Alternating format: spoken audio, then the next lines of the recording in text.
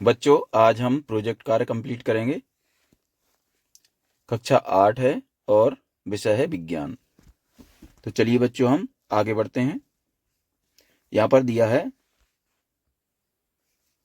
प्रायोजना कार्य 1। उद्देश्य दिए हैं इसके ए नंबर पर। अपने आसपास का अवलोकन कर निम्नानुसार प्रश्नों के उत्तर दीजिए। तो यहाँ पर ये देखिए, कुछ प्रश्न दिए हुए हैं। इनमें से कुछ प्रश्न मैं पढ़कर बता रहा हूँ आपको। आपको किन किन खेलों में रुचि है? कोई 5 खेलों के नाम जिनमें खेलते समय घर्षण या तो सहायता कर रहा है अथवा विरोध कर रहा है, लिखिए। दूसरा है, घर्षण को कौन कौन से कारक प्रभावित कर सकते हैं? तीसरा है, किसी कांच के गिलास अथवा किसी कुल्हड़ में से किसे पकड़ना आसान होगा और क्यों? इसके बाद चौथा है, कल्पना कीजिए घर्षण अनाचक समाप्त हो जाए। अनाचक यानी अचानक। यहाँ पर अचानक समाप्त हो जाए तो इससे जीवन किस प्रकार प्रभावित होगा? ऐसी 10 परिस्थितियों की सूची बनाइए। इसके बाद 5वां दिया है, ऐसे 5 कार्य लिखिए जहां घर्षण हानिकारक होते हुए भी अनिवार्य है। चलिए, इसके बाद बी नंबर पर क्या दिया है, किसी ऐसी दुकान पर जाइए जहां खेलों के जूते मिलते हैं। विभिन्न खेलों के जूतों की तलियों का प्रेक्षण कीजिए। तो यहाँ पर देखिए, ए नंबर पर कौन सा प्रश्न दिया है, क्या खेलों में पहनने वाले जूते सामान्य जूतों के समान हैं? दूसरा है, खिलाड़ियों के जूते कीलदार क्यों बनाए जाते हैं? तीसरा है, खिलाड़ियों के जूते और बड़े वाहनों के टायरों में क्या समानता है और क्यों? और चौथा है, यदि सड़क तथा वाहन के टायरों के बीच घर्षण न हो तो क्या होगा? इसके बाद 5वां है, क्या घर्षण को बढ़ाया या घटाया जा सकता है? दैनिक जीवन में घर्षण को बढ़ाने और घटाने के 5 उदाहरण लिखिए। फिर यहाँ पर नीचे प्रस्तुति है। प्रस्तुति में दिया है, दैनिक जीवन में हमारे द्वारा एवं हमारे आसपास विभिन्न प्रकार की घटनाएं घटित या संपन्न होती हैं, जिसमें एक वस्तु दूसरी वस्तु पर सरकती है तो एक बल उत्पन्न होता है जो 2 पृष्ठों के बीच सापेक्ष गति का विरोध करता है। इस उत्पन्न बल को घर्षण बल कहते हैं। यह बल दोनों वस्तुओं के पृष्ठ पर कार्य करता है। घर्षण एक आवश्यक बुराई है, अर्थात यह हमारे लिए हानिकारक भी है और साथ ही अति आवश्यक अर्थात लाभदायक भी है। कुछ खेलों में घर्षण सहायक होता है तो कुछ में यह विरोध भी करता है। हमारे दैनिक जीवन में भी विभिन्न क्रियाएं घर्षण के कारण सुगमता से संपन्न होती हैं तथा कुछ में रुकावट भी आती है। इसके बाद यहाँ पर ए नंबर पर दिया है, हमने अपने अपने आसपास की विभिन्न घटनाओं एवं क्रियाकलापों का अवलोकन किया तथा उनके निष्कर्ष के आधार पर ही विभिन्न प्रश्नों के उत्तर निम्न प्रकार हैं। तो यहाँ पर देखिए, कुछ प्रश्नों के उत्तर दिए हैं। क्या क्या है? ए नंबर पर दिया है, हमको निम्न खेलों में रुचि है। कौन कौन से खेलों में रुचि है? नंबर 1 पे दिया है वॉलीबॉल, 2 पर दिया है फुटबॉल, तीसरी पर हॉकी, चौथा है क्रिकेट, 5वां कबड्डी, फिर कैरम, टेबल टेनिस, रस्साकसी, विभिन्न प्रकार की दौड़ें और 10वां है कूद आदि। चलिए, इसके बाद 5 खेलों के नाम जिनमें खेलते समय घर्षण सहायता करता है। ऐसे कौन कौन से खेल हैं जिनमें घर्षण सहायता करता है? तो देखो, 1 नंबर पर दिया है विभिन्न प्रकार की दौड़ें, ठीक है। इसके बाद दूसरा है रस्साकसी, तीसरा है कबड्डी, चौथा है फुटबॉल और 5वां है हॉकी। चलिए, इसके बाद अगला है 5 खेलों के नाम जिनमें खेलते समय घर्षण विरोध कर रहा है। यहाँ पर घर्षण विरोध करता है। कौन कौन से खेल हैं? नंबर 1 पर है तैरना, स्विमिंग, दूसरा है नौका चालन, तीसरा है कैरम, 5वां है पतंग उड़ाना और चौथा है पतंग उड़ाना और 5वां है साइकिल चलाना। इसके बाद दूसरे नंबर पर दिया है घर्षण को प्रभावित करने वाले कारक। तो यहाँ पर देखिए, नीचे दिया है, मुख्यतः घर्षण को निम्न कारक प्रभावित करते हैं। ए नंबर पर है सतह की प्रकृति, बी है वस्तु का भार, सी संपर्क क्षेत्र का क्षेत्रफल। अब तीसरे नंबर पर दिया है, किसी कांच के गिलास अथवा किसी कुल्हड़ में से कुल्हड़ को पकड़ना आसान होगा क्योंकि कुल्हड़ का पृष्ठ गिलास के पृष्ठ से अधिक रुक्ष खुरदरा होने के कारण अधिक घर्षण पैदा करता है। इससे पकड़ मजबूत हो जाती है। चलिए, चौथा है, यदि अचानक घर्षण समाप्त हो जाए तो जीवन निम्न परिस्थितियों में प्रभावित होगा। कौन कौन सी परिस्थितियों में प्रभावित होगा? नंबर 1 में दिया है हम चल नहीं पाएंगे। नंबर 2 है हम दीवार में कील नहीं ठोक पाएंगे। तीसरा है हम वाहनों को ब्रेक लगाकर रोक नहीं पाएंगे। और चौथा है हम भोजन को चबा नहीं पाएंगे, इससे पाचन क्रिया प्रभावित होगी। और पांचवा है हम कुछ भी लिख नहीं पाएंगे तथा शिक्षक भी श्याम पर यानी ब्लैक बोर्ड पर कुछ भी नहीं लिख पाएंगे। छठा है माचिस की तीली या लाइटर नहीं जला पाएंगे। और सातवां है बहुत से खेलों को जिनमें घर्षण सहायता करता है उन्हें खेल नहीं पाएंगे। चलिए बच्चों, इसके बाद 8वें नंबर पर आते हैं। 8वें में दिया है प्रायः वाहनों में टकराने की घटनाएं बढ़ जाएंगी। 9वां है धागे या किसी रस्सी में गांठ नहीं बांध पाएंगे। 10वां है भवन निर्माण करना मुश्किल हो जाएगा। इसके बाद 5वां यहाँ पर दिया है 5 कार्य जिन्हें घर्षण हानिकारक होते हुए भी अनिवार्य हैं। तो नंबर 1 पर दिया है चलने या दौड़ने की क्रिया में घर्षण अनिवार्य है। दूसरा है विभिन्न खेलों में घर्षण आवश्यक है। तीसरा है चलते वाहनों को ब्रेक लगाकर रोकने के लिए घर्षण अनिवार्य है। और चौथा आग जलाने के लिए घर्षण अनिवार्य है। इन चीजों में क्या होता है? घर्षण अनिवार्य होता है। 5वां है भवन निर्माण एवं अन्य कार्यों में भी घर्षण अनिवार्य है। इन चीजों में क्या है? घर्षण होना जरूरी है। इसके बाद बी नंबर पर आते हैं। बी नंबर पर दिया है जो कि जूतों वाला पर। तो यहाँ पर दिया है हम एक जूते की दुकान पर गए, वहां रखे जूतों की तालियों की बनावट का अध्ययन किया। इनमें साधारण चलने में प्रयुक्त जूते तथा विभिन्न खेलों में खिलाड़ियों द्वारा प्रयुक्त होने वाले जूते भी थे। फिर नंबर 1 है इसमें खेलों में पहनने वाले जूते सामान्य जूतों के समान नहीं है। खेलों में पहनने वाले जूतों की तली सामान्य जूतों की तली से अधिक खुरदुरी तथा खांचेदार है। कुछ खेलों के जूतों की तलियों में कीलें लगी हुई हैं। इसके बाद नंबर 2 है खिलाड़ियों के जूते कीलदार बनाए जाते हैं क्योंकि इससे उनको पर्याप्त घर्षण बल मिल जाता है। कीलें पर्याप्त घर्षण बल उत्पन्न कराने में सहयोग करती हैं। इससे खिलाड़ियों की भूमि पर अच्छी पकड़ बनी रहती है। फिर इसके बाद नंबर 3 है खिलाड़ियों के जूते तथा बड़े वाहनों के टायरों में समानता यह है कि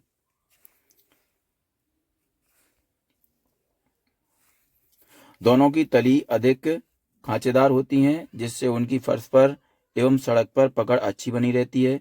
इससे उनके चलते समय उनकी सुरक्षा बनी रहती है। ये देखिए यहाँ पर ये जूतों के चित्र दिए हुए हैं। यहाँ पर चित्र में कौन कौन से जूते हैं? विभिन्न खेलों के जूते एवं उनके तलवे की प्रकृति। ये देखिए यहाँ पर ये ऐसे जूते दिखाए गए हैं जो खेलों में प्रयुक्त होने वाले हैं।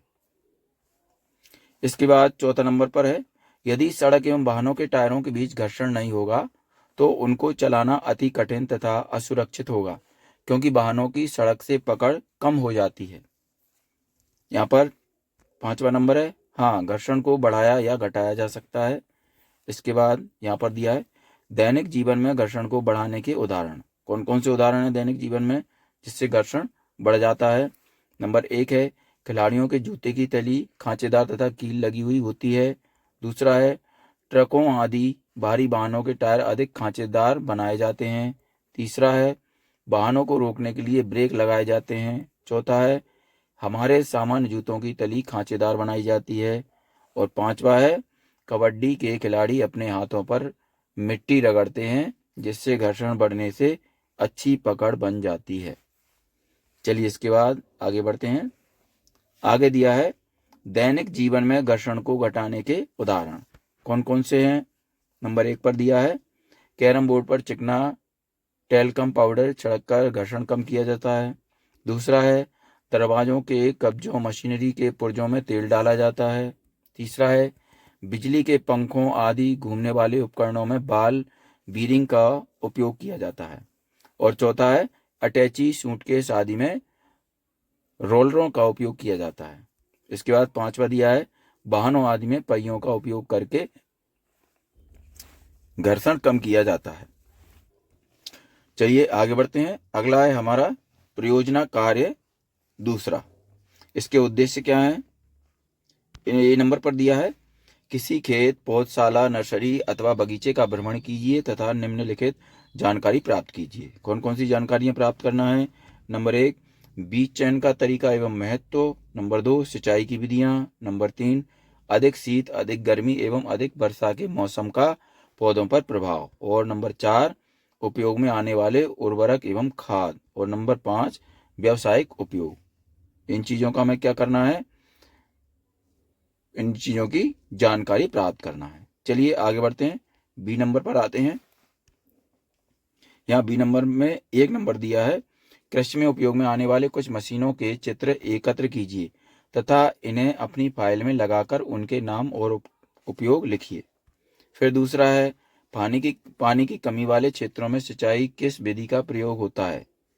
ठीक है। तीसरा, कुछ पौधों को खेत में रोपित करने से पूर्व पौधशाला नर्सरी में क्यों उगाया जाता है।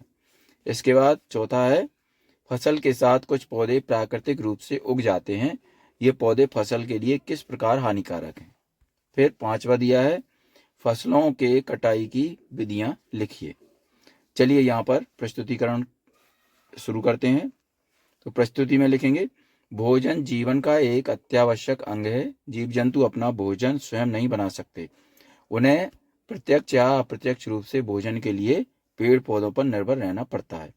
इसलिए भोजन के उत्पादन के लिए कृषि कार्य ही एक सर्वश्रेष्ठ साधन है। कृषि कार्य की संपूर्ण जानकारी प्राप्त करने के लिए हमने एक पौधशाला नर्सरी का भ्रमण किया तथा निम्न जानकारियां प्राप्त की। यहाँ पर नर्सरी का भ्रमण करके कौन कौन सी जानकारियां प्राप्त की हैं। ए नंबर पर 1 नंबर दिया है, बीजों के चयन का तरीका। बीजों को पानी भरे हुए एक पात्र में डालकर कुछ समय इंतजार किया तथा देखा कि कुछ बीज पानी की सतह पर तैर रहे हैं तथा बाकी के बीज नीचे पात्र की तली में बैठ गए हैं। तैरने वाले बीज खोखले तथा खराब हैं तथा नीचे बैठे बीज सही और स्वस्थ हैं।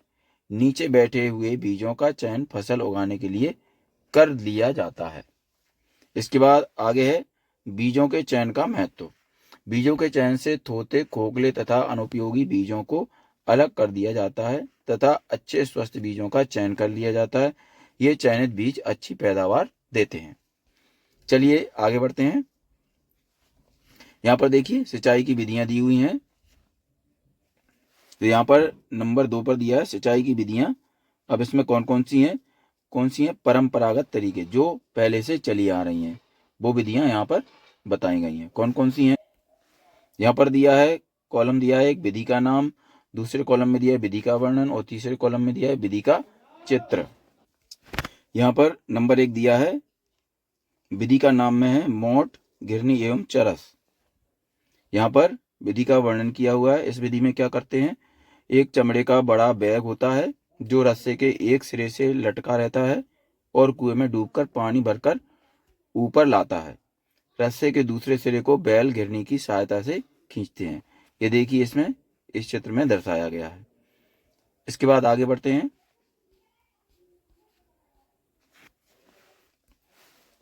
दूसरी विधि है चेन पंप विधि। इसमें क्या करते हैं, इसमें एक चेन के द्वारा पानी ऊपर खींचा जाता है। ये यहाँ पर इसका चित्र दिया है। इसके बाद तीसरा है ढेकली। ढेकली विधि में क्या किया जाता है, देखिए ये चित्र बना हुआ है यहाँ पे। इसमें दिया है, इसमें एक लंबे लट्ठे के एक सिरे पर बाल्टी लटकती रहती है तथा दूसरे सिरे पर एक भार लटका होता है। यह लट्ठा एक तराजू की डंडी की तरह एक धुरी पर ऊपर नीचे घूमता है। इसके द्वारा कम गहरे कुएं में पानी खींच सकते हैं। ठीक है। अगला है चौथा नंबर का रहट उत्तोलक तंत्र। इसमें क्या किया जाता है, इसमें एक पहिए पर बाल्टियों की एक श्रृंखला घूमती है जो नीचे से पानी खींचकर ऊपर लाती है। इसे बैल कोल्हू की तरह घुमा। यहाँ पर देखिए ये चित्र बना हुआ है इसका। चलिए इसके बाद आगे बढ़ते हैं। यहाँ पर आगे दिया है सिंचाई की आधुनिक विधियां। तो यहाँ पर जो इस समय वर्तमान में चल रही हैं जो विधियां, उनको बताया गया है। आधुनिक विधियों में क्या क्या है, नंबर 1 छिड़काव तंत्र। इसमें क्या करते हैं, इस विधि का उपयोग समतल भूमि के लिए किया जाता है जहाँ पर जल कम मात्रा में मिलता है। इसमें घूमने वाले नोजल से पानी का छिड़काव वर्षा की तरह किया जाता है। इसके बाद अगली है दूसरी है ड्रिप तंत्र। ड्रिप तंत्र में क्या होता है, इस विधि में जल पौधों को सीधे बूंद बूंद करके मिलता है। इससे जल बिल्कुल व्यर्थ नहीं जाता। यह जल की कमी वाले क्षेत्रों के लिए वरदान है। ठीक है, तो यहाँ पर देखिए ये ड्रिप तंत्र, यहाँ पर देखिए इस तरीके से बूंद बूंद करके पानी दिया जा रहा है। चलिए आगे बढ़ते हैं। आगे दिया है नंबर 3 है अधिक शीत, अधिक गर्मी एवं अधिक वर्षा के मौसम का पौधों पर प्रभाव। तो यहाँ पर क्या क्या प्रभाव पड़ता है उसके बारे में बताया है। अधिक शीत के मौसम में अधिकतर पौधे मर जाते हैं। केवल वे पौधे ही जीवित रहते हैं जो शीत प्रदेशों में फलते फूलते हैं। अधिक गर्मी में भी अधिकतर पौधे सूख जाते हैं तथा वे ही पौधे जिंदा रहते हैं जो रेगिस्तान आदि में पैदा होते हैं। अधिक वर्षा में जलीय पौधे जिंदा रहते हैं, शेष सब सड़ जाते हैं। इसके बाद है चौथे नंबर पर उपयोग में आने वाले उर्वरक एवं खाद। कौन कौन से खाद उपयोग में आते हैं, तो नंबर 1 उर्वरक में दिया है। ये रासायनिक पदार्थ होते हैं जो विशेष पोषकों से समृद्ध होते हैं। इनका उत्पादन फैक्ट्रियों, कल कारखानों में होता है। उदाहरण के तौर पर कौन कौन से हैं, urea, ammonium sulphate, super phosphate, potash, NPK, और इनके उपयोग से गेहूं, धान, मक्का आदि इनका इन फसलों में उपयोग होता है। इसके बाद बी नंबर पर है कृषि में उपयोग में आने वाली मशीनें। तो यहाँ पर कौन कौन सी मशीनें उपयोग होती हैं। फसलों का उत्पादन तो अच्छा होता है लेकिन खेतों की उर्वरा शक्ति नष्ट हो जाती है। दूसरा है खाद। इसका निर्माण जैव अवशिष्टों जैसे मल मूत्र, गोबर तथा पेड़ पौधों के अवशिष्ट जैसे पत्तियां आदि के सड़ने से होता है। ये मिट्टी की उर्वरा शक्ति को बढ़ाती है तथा इससे खेतों के जल अवशोषण की क्षमता भी बढ़ जाती है। इसके प्रयोग से खेतों को सभी पोषक तत्वों की प्रतिपूर्ति हो जाती है। इसके बाद 5वां है व्यावसायिक उपयोग। कृषि उत्पादों में से अपनी आवश्यकता की पूर्ति के बाद बचे हुए उत्पादों को व्यावसायिक रूप से बाजार में बेचकर धन एकत्रित किया जा सकता है। कृषि कार्य के साथ साथ पशुपालन को प्रोत्साहित किया जा सकता है। चलिए यहाँ पर देखिए, ये यहाँ पर मशीनें दी हुई हैं जो कि कृषि में उपयोग होती हैं। यहाँ पर देखिए मशीनों के नाम है। यहाँ पर हल है, ये इस तरीके का दिखता है। तो यहाँ पर इसका विवरण दिया है। इसमें क्या दिया है, इसका उपयोग प्राचीन काल में खेत की जुताई करने, खरपतवार निकालने में होता है। यह पशुओं द्वारा खींचा जाता है। इसमें सॉफ्ट तथा फाल लगा होता है। चलिए इसके बाद दूसरा है कुदाली। इसका क्या प्रयोग है, ये देखो, ये इसका चित्र दिया है। इसका प्रयोग है, इसका उपयोग खरपतवार निकालने एवं मिट्टी को पूला करने के लिए होता है। यह पशुओं द्वारा खींचा जाता है। इसमें एक हैंडल, एक मुड़ी हुई प्लेट एवं छड़ लगी होती है। चलिए इसके बाद है तीसरा कल्टीवेटर। यहाँ पर ये देखिए कल्टीवेटर लगा हुआ है। तो इसमें दिया है इसका उपयोग ट्रैक्टर द्वारा जुताई करने में होता है। इससे समय एवं श्रम की बचत होती है। चलिए इसके बाद चौथा है कीप फनल। ये इसका चित्र है। यहाँ पर इसके बारे में दिया है बीज की बुआई का यह परंपरागत औजार है जो कीप के आकार का होता है। इसे हल के साथ बांधकर इसके द्वारा बीज बोते हैं। चलिए इसके बाद 5वां है सीड ड्रिल। तो यहाँ पर सीड ड्रिल के बारे में दिया है। ये सीड ड्रिल है। बीज की बुआई में प्रयुक्त यह आधुनिक यंत्र ट्रैक्टर के द्वारा संचालित होता है। इसके द्वारा बीजों को समान दूरी एवं गहराई में बोया जाता है। चलिए इसके बाद आगे बढ़ते हैं। यहाँ पर नोट दिया, छात्र इन मशीनों के चित्र अपनी फाइल में लगाकर उनके नाम एवं उपयोग लिखें। चलिए इसके बाद दूसरा नंबर है पानी की कमी वाले क्षेत्रों में सिंचाई की विधि। जहाँ पर पानी की कमियां होती हैं वहाँ पर क्या क्या विधियां उपयोग होती हैं। जल की कमी वाले क्षेत्रों में सिंचाई के लिए हम ड्रिप तंत्र का उपयोग करते हैं। इस विधि में जल सीधे पौधों की जड़ों में बूंद बूंद करके गिरता है, इसलिए इसे ड्रिप तंत्र कहते हैं। फलदार पौधों, बगीचों एवं वृक्षों को पानी देने का यह एक सर्वोत्तम उपाय है। इससे पौधों को बूंद बूंद करके जल प्राप्त होता है। इस विधि में जल बिल्कुल भी व्यर्थ नहीं होता, इसलिए यह विधि जल की कमी वाले क्षेत्रों के लिए एक वरदान है।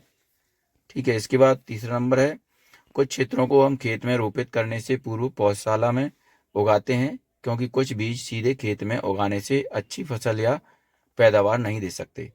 उनकी पौधशाला में पौध तैयार की जाती है, फिर उनको खेतों में रोपित कर दिया जाता है। इससे अच्छी पैदावार प्राप्त होती है।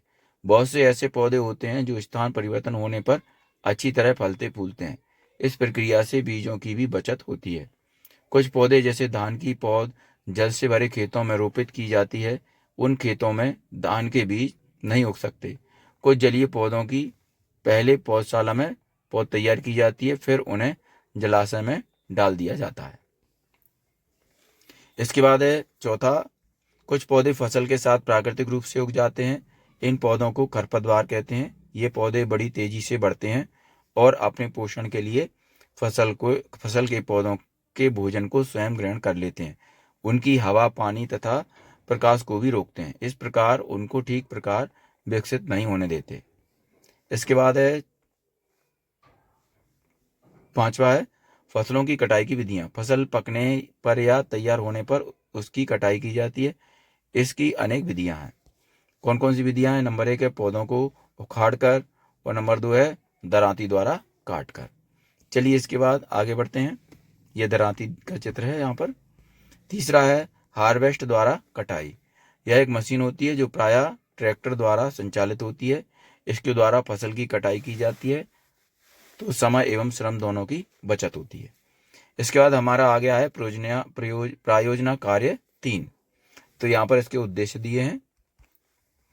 उद्देश्य में नंबर 1 पर दिया है डोरी तथा कागज गिलास की सहायता से अपना खिलौना टेलीफोन बनाकर तैयार करिए। इसका एक सिरा अपने मित्र को कान पर लगाने के लिए कहें तथा दूसरा सिरा अपने मुंह के समीप लाइए तथा बोलिए। तो यहाँ पर आपने अपने प्रेक्षण लिखिए। तो अपने प्रेक्षण में क्या क्या लिखा है इन्होंने? नंबर 1 पर दिया है क्या आपकी आवाज आपका दोस्त सुन पाता है। दूसरा है क्या ध्वनि डोरियों से गमन कर सकती है। तीसरा है क्या ध्वनि का संचारण ठोस, द्रव तथा गैसों सभी से हो सकता है। फिर चौथा है यदि आप एक बंद कार में हैं तो क्या बाहर से आपके दोस्त की आवाज आप तक आएगी। कारण लिखिए। फिर इसके बाद पांचवा है नीचे दिए गए वाद्य यंत्रों के सामने उनके कंपायमान भाग लिखिए। तो यहाँ पर तालिका दी हुई है, इसमें दिया है क्रमांक, यहाँ पर दिया है वाद्य यंत्र और यहाँ ध्वनि उत्पन्न करने वाले कंपायमान भाग। तो यहाँ पर देखिए ये वाद्य यंत्र दिए हैं वीणा, तबला, बांसुरी, सितार और ढोलक। तो यहाँ पर ये कंपायमान भाग आपको लिखना है। ठीक है। इसके बाद चलिए आगे बढ़ते हैं। बी नंबर पर दिया है वातावरण में ध्वनि प्रदूषण उत्पन्न करने वाले स्रोतों की सूची बनाइए। दूसरा है ध्वनि प्रदूषण मानव के लिए किस प्रकार हानिकारक है। तीसरा है शोर तथा संगीत में क्या अंतर है। चौथा है ध्वनि प्रदूषण को कम करने के लिए आप क्या क्या प्रयास करेंगे। और पांचवा दिया है महिलाओं की तुलना में पुरुषों की आवाज मोटी क्यों होती है। तो यहाँ पर प्रस्तुति होगी। यहाँ पर ए नंबर पर दिया है हमने 2 कागज के गिलास लिए, उनकी तुलना में एक छोटा छेद सुराख कर दिया। एक डोरी धागा लेकर उसका एक सिरा एक गिलास में नीचे से अंदर की ओर छेद द्वारा प्रवेश करा दिया तथा सिरे पर एक गांठ लगा दी या तीली का एक छोटा टुकड़ा बांध दिया जिससे खींचने पर धागा बाहर न निकले। इसी प्रकार डोरी का दूसरा सिरा दूसरे गिलास में लगा दिया। इस प्रकार एक टेलीफोन खिलौना बनकर तैयार हो गया। इस टेलीफोन खिलौने का एक सिरा हमने अपने मित्र को देकर उसे कान पर लगाने को कहा तथा दूसरा सिरा हमने अपने मुंह के पास रखा और हम एक दूसरे से दूर दूर इस प्रकार खड़े हो गए कि डोरी सीधी तन गई। अब हमने बोलना प्रारंभ किया और मित्र से प्रेक्षण लेने के लिए कहा। चलिए यहाँ पर प्रेक्षण यहाँ पर लिखेंगे और नंबर 1 पर दिया है। नंबर 1 पर लिखेंगे हमारे मित्र को हमारी आवाज स्पष्ट रूप से सुनाई दे रही थी। बी पर लिखेंगे जब हम धीरे धीरे बोलते थे तो आवाज धीमी सुनाई देती थी तथा तेज आवाज में बोलने पर आवाज तेज सुनाई दे रही थी। सी नंबर पर है जब डोरी ठीक से तनी होती थी तब ध्वनि स्पष्ट सुनाई देती थी, लेकिन ढीली होने पर कुछ कम स्पष्ट होती थी। चलिए यहाँ पर प्रश्न दिए हैं, प्रश्नों के उत्तर दिए हैं। नंबर 1 हाँ हमारी आवाज ध्वनि हमारा दोस्त ठीक से सुन पाता है। दूसरा है हाँ ध्वनि डोरियों से गमन कर सकती है, यह बात उपयुक्त प्रयोग से स्पष्ट भी हो रही है। तीसरा है हाँ, ध्वनि संचरण ठोस, द्रव तथा गैसों में हो सकता है। ठोस में ध्वनि का संचरण हम ऊपर देख चुके हैं। वायु गैस में ध्वनि संचरण होता है, तभी तो हम एक दूसरे की बातों को सुन लेते हैं तथा जल में गोताखोर एक दूसरे की आवाज़ सुनते हैं। चलिए इसके बाद चौथा है, यदि हम एक बंद कार में हैं तो हम बाहर से अपने दोस्त की आवाज़ ठीक से नहीं सुन पाते, अतः बाहर से हमारे दोस्त की आवाज़ हम तक ठीक से नहीं पहुंच पाती। चलिए यहाँ पर पांचवा है, यहाँ पर टेबल दी हुई है, क्रमांक दिया है इस तरफ, यहाँ पर वाद्य यंत्र के नाम दिए हैं और यहाँ पर ध्वनि उत्पन्न करने वाले कंपायमान भाग लिखे हुए हैं। चलिए आगे बढ़ते हैं। बी नंबर पर है, एक वातावरण में ध्वनि, बी नंबर पर है एक नंबर, वातावरण में ध्वनि प्रदूषण करने वाले स्रोत क्या हैं। नंबर ए दिया है, वाहनों, बस, ट्रक आदि के हॉर्न एवं इंजन से उत्पन्न ध्वनियाँ। बी है, कल कारखानों की मशीनों से उत्पन्न ध्वनियाँ। सी है, निर्माण स्थलों एवं तोड़फोड़ से उत्पन्न ध्वनियाँ। और डी है, टीवी, रेडियो, ट्रांजिस्टरों, लाउडस्पीकरों आदि के उच्च आवाज में बजने से उत्पन्न ध्वनियाँ। और ई है, पटाखों के फटने या अन्य विस्फोटों से उत्पन्न ध्वनियाँ। और एफ है, कूलर, वातानुकूलक एवं मिक्सी, ग्राइंडर आदि घरेलू उपकरणों से उत्पन्न ध्वनियाँ। चलिए इसके बाद दूसरा है, ध्वनि प्रदूषण से हानियाँ। कौन कौन सी हानियाँ हैं। नंबर ए पर दिया है, ध्वनि प्रदूषण से अनेक स्वास्थ्य संबंधी विकार या समस्याएं उत्पन्न हो सकती हैं, जैसे उच्च रक्तचाप, अनिद्रा, तनाव, चिंता आदि। बी नंबर पर दिया है, व्यक्तियों के सुनने के क्षमता, श्रवण शक्ति अस्थायी या स्थायी रूप से कम हो सकती है, अर्थात हम बहरे भी हो सकते हैं। तीसरा है, शोर तथा संगीत में अंतर। तो यहाँ पर देखिए, ये टेबल बनी हुई है, इसमें दिया है क्रमांक, यहाँ पर दिया है शोर में दिया है, शोर हमको स्पष्ट पहुंचाता है, शोर हमको कष्ट पहुंचाता है।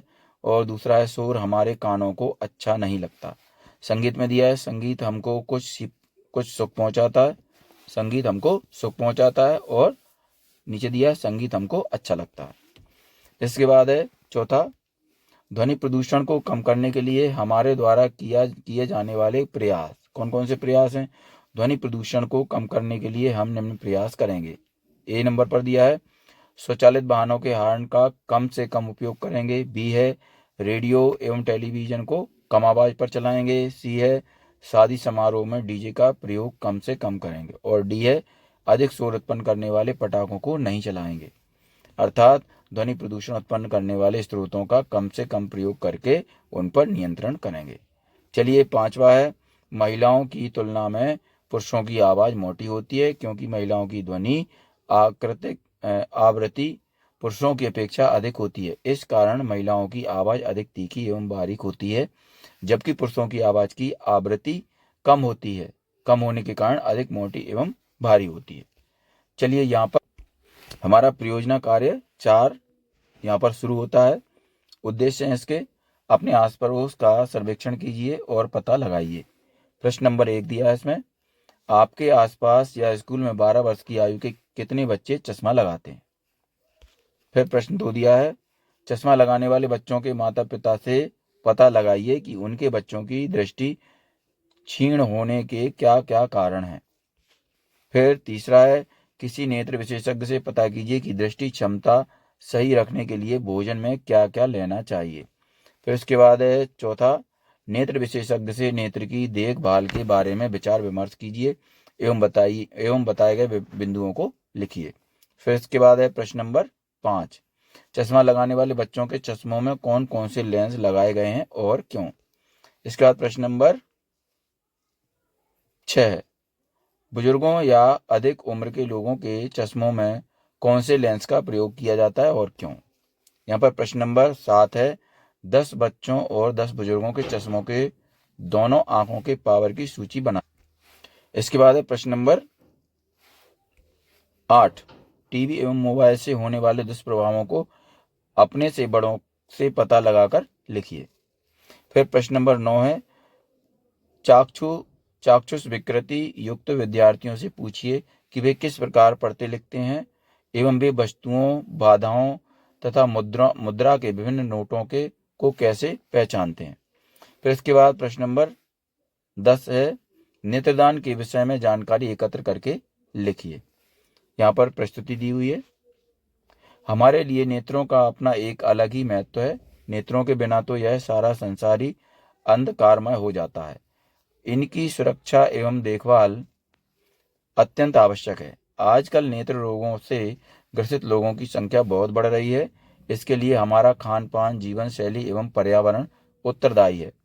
अपने पास पड़ोस का सर्वेक्षण करने पर तथा नेत्र विशेषज्ञ से पता करने पर अनेक जानकारियां मिली, जो कि निम्नलिखित हैं।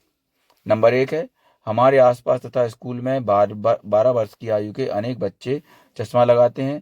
प्रायः ये बच्चे पास की वस्तुओं को तो आसानी से देख पाते हैं, लेकिन दूरस्थ वस्तुओं को स्पष्ट नहीं देख पाते।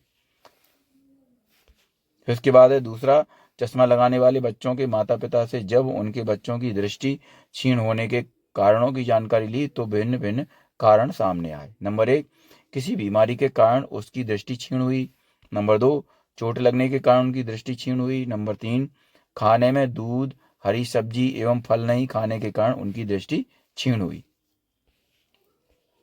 फिर चौथा है, अधिक पास में पुस्तक रखकर पढ़ने के कारण दृष्टि क्षीण हुई।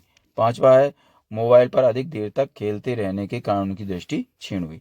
छठवा है, देर तक एवं बहुत पास से टीवी देखने के कारण दृष्टि क्षीण हुई। इसके बाद तीसरे नंबर पर आते हैं, जब नेत्र विशेषज्ञ से दृष्टि क्षमता सही रखने के लिए भोजन में क्या क्या खाना चाहिए यह जानकारी ली तो उन्होंने क्या कहा, हमें भोजन में विटामिन ए युक्त खाद्य सामग्री को सम्मिलित करना चाहिए। कच्ची गाजर, फूलगोभी एवं हरी सब्जियां जैसे पालक तथा कॉड लीवर ऑयल में विटामिन ए प्रचुर मात्रा में पाई जाती है। इसके अतिरिक्त अंडे, दूध, दही, पनीर, मक्खन एवं फल जैसे आम तथा पपीता भी विटामिन ए से भरपूर हैं। फिर इसके बाद चौथा है, नेत्र विशेषज्ञ से नेत्र की देखभाल के बारे में विचार विमर्श किया तो उनके बताए गए बिंदु निम्न प्रकार हैं। नंबर 1, नेत्रों के लिए बहुत कम या बहुत अधिक प्रकाश हानिकारक है। अपर्याप्त प्रकाश से नेत्र खिंचाव का अनुभव करता है तथा सिर दर्द भी हो सकता है। सूर्य या किसी शक्तिशाली लैंप का अत्यधिक तीक्ष्ण प्रकाश अथवा लेजर टॉर्च का प्रकाश रेटिना को क्षति पहुंचा सकता है। इनसे बचना चाहिए। दूसरा है, सूर्य या किसी शक्तिशाली प्रकाश स्रोत को कभी भी सीधा नहीं देखना चाहिए। तीसरा है, अपने नेत्रों को कभी भी नहीं रगड़ना चाहिए। यदि नेत्रों में कोई धूल या कण गिर गया हो तो नेत्रों को स्वच्छ जल से धोना चाहिए। यदि कोई सुधार न हो तो नेत्र चिकित्सक को दिखाना चाहिए। इसके बाद चौथा है, पठन सामग्री को सदैव दृष्टि की सामान्य दूरी पर रखकर पढ़ना चाहिए। अपनी पुस्तक को अपने नेत्रों के बहुत पास या बहुत दूर रखकर नहीं पढ़ना चाहिए। पांचवा है, विटामिन ए युक्त एवं पौष्टिक आहार ग्रहण करना चाहिए। छठवा है, नेत्र चिकित्सक द्वारा दिए गए परामर्श के आधार पर उचित चश्मे का प्रयोग करना चाहिए तथा समय समय पर नेत्रों की जांच कराते रहना चाहिए। अब यहाँ पर 5 नंबर पर आते हैं, चश्मा लगाने वाले अधिकतर बच्चों के चश्मों में उपयुक्त क्षमता का अवतल लेंस लगाए गए हैं क्योंकि उनको निकट दृष्टि दोष है। कुछ बच्चों को डिफोक्सी लेंस लगाए हो सकते हैं क्योंकि उनको पास एवं दूर की वस्तुएं स्पष्ट दिखाई नहीं देती। फिर इसके बाद है छठा, बुजुर्गों या अधिक उम्र के लोगों के चश्मों में डिफोक्सी लेंसों का उपयोग किया जाता है। नीचे वाला लेंस उपयोग पढ़ने के लिए अर्थात पास की वस्तुओं को देखने के लिए तथा ऊपर वाला लेंस दूर की वस्तुओं के लिए प्रयुक्त होता है क्योंकि वे न तो पास की वस्तुओं को स्पष्ट देख पाते हैं और न दूर की वस्तुओं को। इसके बाद 7वां है, 10 बच्चों एवं 10 बुजुर्गों के चश्मों के दोनों आंखों की पावर। यहाँ पर देखिए ये एक सारणी बनी हुई है, तालिका बनी हुई है। यहाँ पर दी है बच्चों की आंखों की पावर और यहाँ पर दी है बुजुर्गों की आंखों की पावर। यहाँ पर क्रमांक दिया है LERE, क्रमांक LERE। चलिए आगे बढ़ते हैं। यहाँ पर दिया है 8 नंबर, टीवी एवं मोबाइल से होने वाले दुष्प्रभाव बड़ों से पता करने पर निम्न है। क्या क्या है? नंबर 1, आंखों की दृष्टि क्षमता क्षीण हो जाती है। नंबर 2, प्रायः सिर एवं आंखों में दर्द होने लगता है। नंबर 3, टीवी एवं मोबाइल से निकलने वाली विकिरणों से आंखें क्षतिग्रस्त हो सकती हैं। और नंबर 4 है, मानसिक तनाव भी हो सकता है।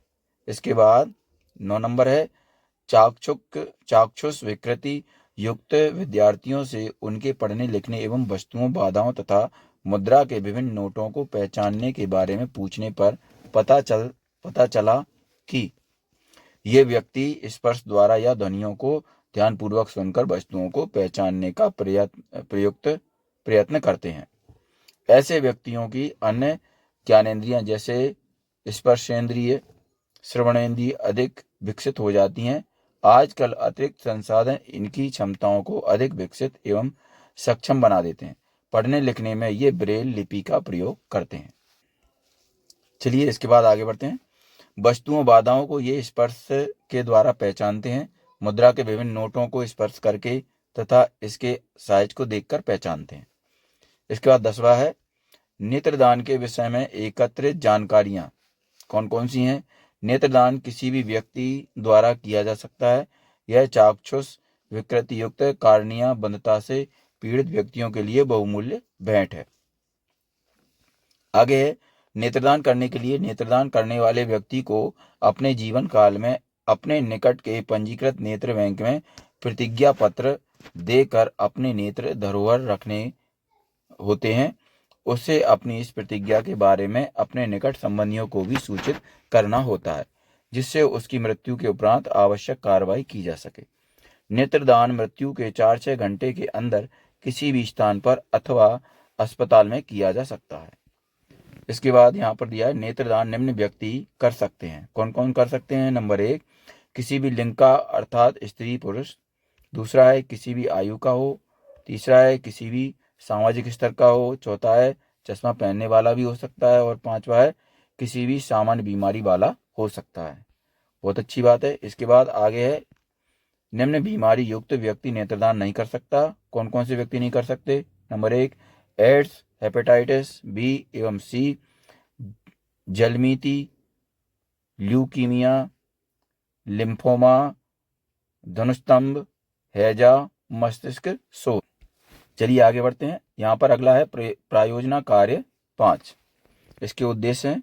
नंबर ए पर दिया है प्राकृतिक परिघटनाओं पर आधारित निम्नांकित बिंदुओं पर प्रोजेक्ट तैयार कीजिए।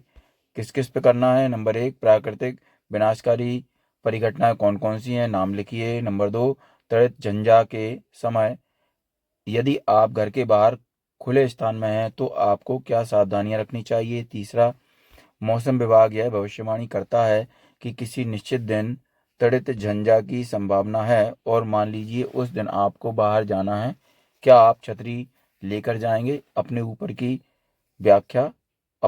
व्याख्या कीजिए। इसके बाद है चौथा भूकंप के झटके लगने की स्थिति में यदि आप अपने घर में हैं तो आप क्या उपाय करेंगे, लिखिए। फिर 5वां है भूकंप के समय आपके आसपास के जानवर किस प्रकार का व्यवहार करते हैं। फिर इसके बाद बी नंबर पर दिया है अपने माता पिता से भूकंप द्वारा हुई जनजीवन तथा संपत्ति की अपार क्षति के बारे में पूछिए। उस समय के समाचार पत्रों तथा पत्रिकाओं से इन भूकंपों द्वारा हुई क्षति को दर्शाने वाले कुछ चित्र एकत्र कीजिए तथा अपनी फाइल में लगाइए। इन भूकंपों द्वारा लोगों को हुई क्षति से संबंधित संक्षिप्त रिपोर्ट बनाइए। फिर दूसरा है त्वरित चालक क्या है, इसका क्या उपयोग है, चित्र द्वारा स्पष्ट कीजिए। तो यहाँ पर प्रस्तुति है। तो प्रस्तुति में दिया है प्रकृति में प्रायः विभिन्न प्रकार की विनाशकारी परिघटनाएं घटित होती रहती हैं, जैसे अतिवृष्टि, अनावृष्टि, तूफान तथा चक्रवात एवं महामारी आदि। इसके अतिरिक्त अन्य 2 विनाशकारी प्राकृतिक परिघटनाएं हैं त्वरित झंझा एवं भूकंप, जिनके संबंध में हम यहाँ विस्तृत जानकारी लेंगे। ए नंबर पर दिया है। ए नंबर का 1 नंबर है प्राकृतिक विनाशकारी परिघटनाएं निम्न है। नंबर ए अतिवृष्टि, बी अनावृष्टि, सी तूफान एवं चक्रवात, डी महामारी जैसे मलेरिया, चेचक, प्लेग, हैजा, टीबी, फ्लू तथा कोरोना आदि।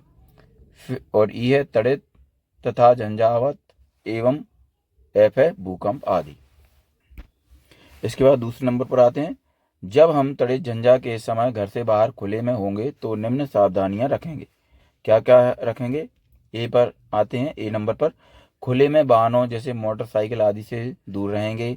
बी पेड़ पौधों तथा भवनों से दूर रहेंगे। सी जमीन पर कुकड़ू सिमट कर बैठ जाएंगे। इस प्रकार की हाथ घुटने पर तथा सिर हाथों के बीच रहे, जिससे आघात के लिए लघुत्तम लक्ष्य बने। चलिए इसके बाद तीसरे नंबर पर आते हैं। जब मौसम विभाग यह भविष्यवाणी करता है कि किसी निश्चित दिन तड़ित झंझा की संभावना है और हमको उस दिन बाहर जाना है, तो हम छतरी लेकर कदापि भी नहीं जाएंगे, क्योंकि छतरी की डंडी धातु की बनी होती है, इसलिए तड़ित उस पर आघात कर सकता है। इसके बाद चौथा है, भूकंप के झटके लगने की स्थिति में यदि हम घर में हैं तो हम निम्न उपाय करेंगे। नंबर ए, किसी मेज के नीचे आश्रय लेंगे तथा झटकों के रुकने तक वहीं पर बने रहेंगे। बी, ऊंची एवं भारी वस्तुओं से दूर रहेंगे जिनके गिरने की संभावना हो।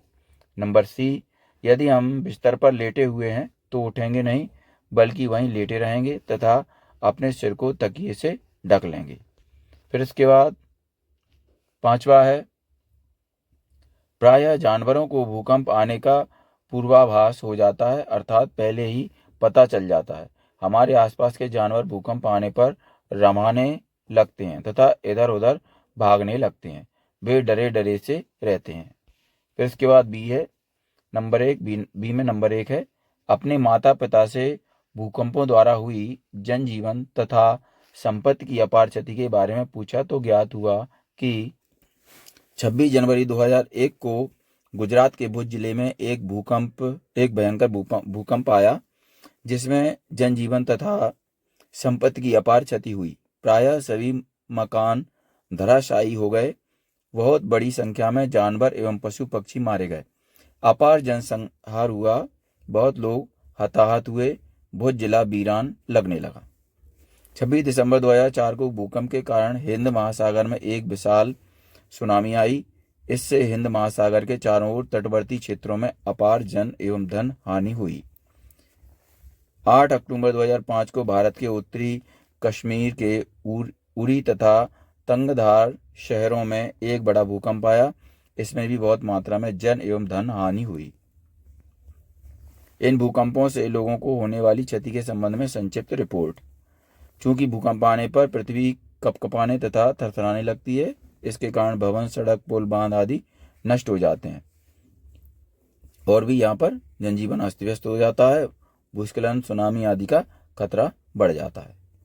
चलिए इसके बाद आगे है, इसका कारण यह भी है कि अभी कोई ऐसी अच्छी तकनीकी विकसित नहीं हुई है जिससे इसके घटित होने की संभावना का पता पहले ही लग जाए। आगे है तड़ित चालक नंबर 2 पर। तड़ित चालक एक ऐसी युक्ति है जिसके द्वारा बड़े बड़े भवनों को तड़ित झंझा के दुष्प्रभावों से रोका जा सकता है। भवन के निर्माण के समय बनी एक धातु, प्रायः तांबे की बनी एक मोटी छड़ या पत्ती, जिसकी ऊंचाई भवन की ऊंचाई से अधिक स्थापित कर दी जाती है, जिसका एक सिरा नुकीला तथा भवन से ऊपर निकला रहता है तथा दूसरा सिरा पृथ्वी में काफी गहराई तक गाड़ दिया जाता है, जिससे तड़ित झंझा के समय यह आवेश प्रवाह को अपनी ओर खींचकर उसे पृथ्वी की गहराई तक पहुंचा देता है, क्योंकि धातु विद्युत आवेश की प्रचालक होती है। इस प्रकार यह तड़ित झंझा से होने वाले दुष्प्रभाव से भवनों की रक्षा करने में सहायक होता है। तो यहाँ पर देखिए ये चित्र बनाया गया है। तड़ित चालक यहाँ पर ऊपर लगा हुआ है। इस तरीके से आप भी अपनी प्रोजेक्ट फाइल में इसको कंप्लीट कर सकते हैं। तो यहाँ पर ये हमारा 5वां प्रोजेक्ट कंप्लीट होता है। तो बच्चों, अगर आपको हमारा वीडियो अच्छा लगता है तो इसको लाइक ज़रूर करें, अपने दोस्तों के साथ शेयर भी करें। इसी तरीके के और भी वीडियो पाने के लिए हमारे इस चैनल को सब्सक्राइब करना ना भूलें। धन्यवाद।